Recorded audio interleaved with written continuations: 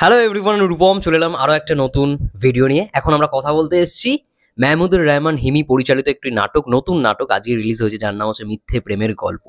এবং এখানে আমরা মুখ্য চরিত্রে দেখতে পাচ্ছি ফারহান আহমেদ জোয়ান এবং নিহা। এই জুটিটাকে দেখো, এই ঈদে এই জুটির টোটাল 3টে নাটক দেখলাম। 3টে নাটকই এসছে এই জুটির। প্রথমটা আশিকি, তারপরে মায়াবতী। মায়াবতী মেহমুদুর রহমান হিমি স্যারই ডিরেক্ট করেছে এবং তারপরে এই নাটকটা এলো মিথ্যে প্রেমের গল্প। তো কেন নামটা মিথ্যে প্রেমের গল্প রাখা হলো, পুরো নাটকটা দেখার পরই তোমরা বুঝতে পারবে। সেই জিনিসটা খুব ভালো লাগবে তোমাদের। বাট আমি প্রথমেই যেটা বলতে চাই, এই নাটকটা যেই স্টোরি লাইনের ওপর বেস করে বানানো, এরকম স্টোরি লাইনের মানে গল্প, মানে এরকম স্টোরি বেসড নাটক আমি কমই দেখেছি এবং খুব কমই হয়েছে। প্রথমত বলতে চাই, যারা ইমোশনাল ড্রামা দেখতে খুব পছন্দ করেন তাদের জন্য এই ড্রামাটা বেস্ট। মানে আমি অবশ্যই রিকমেন্ড করব, যারা একটু মানে ইমোশন ব্যাপারটাকে খুব ভালো রকম ভাবে করে, বা ইমোশন প্লাস লাভ স্টোরি এই দুটো যদি ভালো রকম ভাবে দেখতে চাও, তাহলে আমি অবশ্যই বলবো এই ড্রামাটা তোমরা দেখো। দুটো জিনিসই খুব ভালো রকম ভাবে পাবে। এবং যে স্টোরি লাইনটাকে বেস করে বানানো হয়েছে, সেই স্টোরি লাইনের ওপরও মানে খুব একটা যে নাটক হয়, খুব বেশি যে নাটক হয় এমনটা নয়। আমি এরকম কাজ খুব কমই দেখেছি। এবং আরও একটা বিশেষ জিনিস দেখো, নাজনীন নাহার নিয়ে আমি সব কটা নাটকই দেখেছি, ঠিক আছে। এই নাটকটার মধ্যে তাকে যে ক্যারেক্টারটা দেওয়া হয়েছে সব থেকে ডিফারেন্ট। মানে এতদিনে নাজনীন নাহার নিয়া এরকম কোনো চরিত্র করেনি। আমরা তাকে সচরাচর যেরকম নাটকে দেখে থাকি, একজন প্রেমিকা, একদম মিষ্টি মেয়ে, ঠিক আছে, ওইখান থেকে বেরিয়ে এসে এই যে ক্যারেক্টারটা নাজনীন নাহানিয়া প্লে করেছে, তোমাদের দেখতে না একটা ইন্টারেস্ট গ্রো করবে। কারণ এইখানে তোমরা একেবারেই অন্য একটা নাজনীন নাহানিয়াকে পেতে চলেছো। মানে আমি অন্তত মনে করি যে একটা অন্য নিহার চরিত্র দেখতে পেলাম।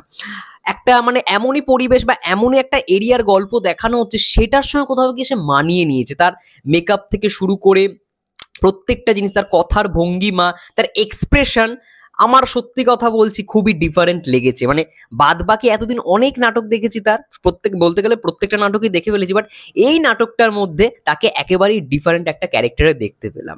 তো তাকে একটা ডিফারেন্ট ক্যারেক্টারে যে দেওয়া হয়েছে, এটা দেখে আমি পার্সোনালি খুব মানে হ্যাপি হয়েছি। একটা মানে একেবারেই অন্যরকম একটা চরিত্র। জোবান কিন্তু এর আগে এরকম অনেক ক্যারেক্টার করেছে। মানে জোবানকে আমরা অনেক অনেক নাটকে বিভিন্ন ক্যারেক্টার করতে দেখতে পারি, ঠিক আছে, মানে করতে দেখেছি এর আগে। মানে অনেক চরিত্র অভিনয় করেছে ফারহান আহমেদ জোবান। তো আমি এটা দেখেই ভালো লাগলো যে নিহাকে একটা অন্যরকম চরিত্র দেওয়া হয়েছে এবং সেটাকে ভালো, মানে সেটাতে ভালো পারফরমেন্সও করেছে নিহা। খুব ভালো লাগছে। মুখে মানে ব্রণর জায়গাগুলো দেখতে বেশ ভালো লাগছে। মানে একদম বোঝা যাচ্ছে যে একেবারে যেরকম পরিবেশের মেয়ে, ওটার সঙ্গে মানে কোথাও গিয়ে খামখেয়ালি, মানে যেটাকে বলা হয় না, মানে পুরো মিশে গেছে, ঠিক আছে।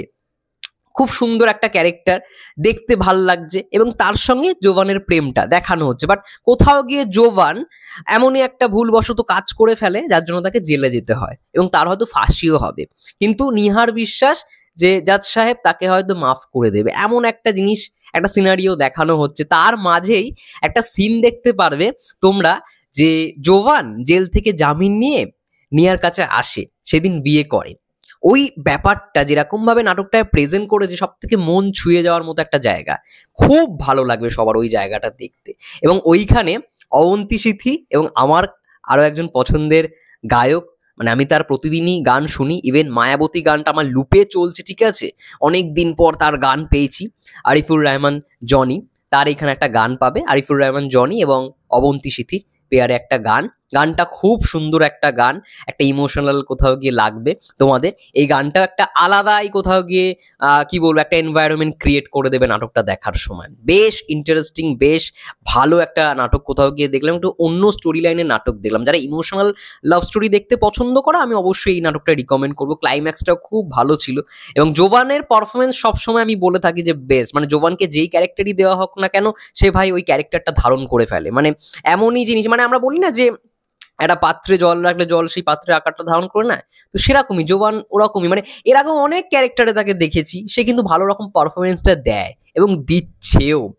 আমি সব থেকে ভালো লাগলো এটাই যে নিহাকে একটু অন্যরকম ক্যারেক্টারে আমরা দেখতে পাচ্ছি এই নাটকটার মধ্যে। এতদিন মানে শুধুমাত্র বলতে গেলে তাকে লাভ স্টোরি নাটকেই দেখে এসেছি, একদম খুব কিউট, সবসময় হাসি খুশি থাকে, রোম্যান্টিক লাভ স্টোরি যেই নাটকগুলো হয়, ঠিক আছে। ইভেন মায়াবতীও যখন দেখলাম একদম মানে খুব সুন্দর লাগছে, একদম মিষ্টি মেশ, তার হাসিটা সত্যি কথা বলতে মুগ্ধ করে দেয়।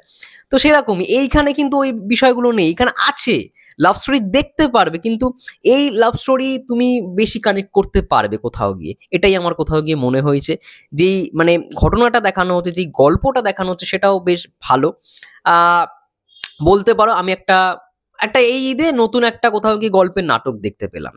মানে একেবারেই এরকম কাজ খুব একটা যে হয় এমনটাও বলবো না, খুব কমই হয়, ঠিক আছে। এরকম কাজ খুব কম হয়, যার জন্য আমার খুব ভালো লাগলো।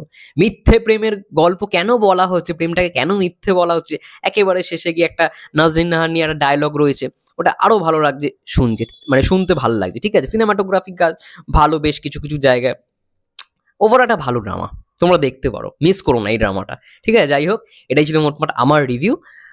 তোমাদের কি মন্তব্য কমেন্ট করে জানাও। ততক্ষণের জন্য সবাই ভালো থেকো, সুস্থ থেকো, টেক কেয়ার।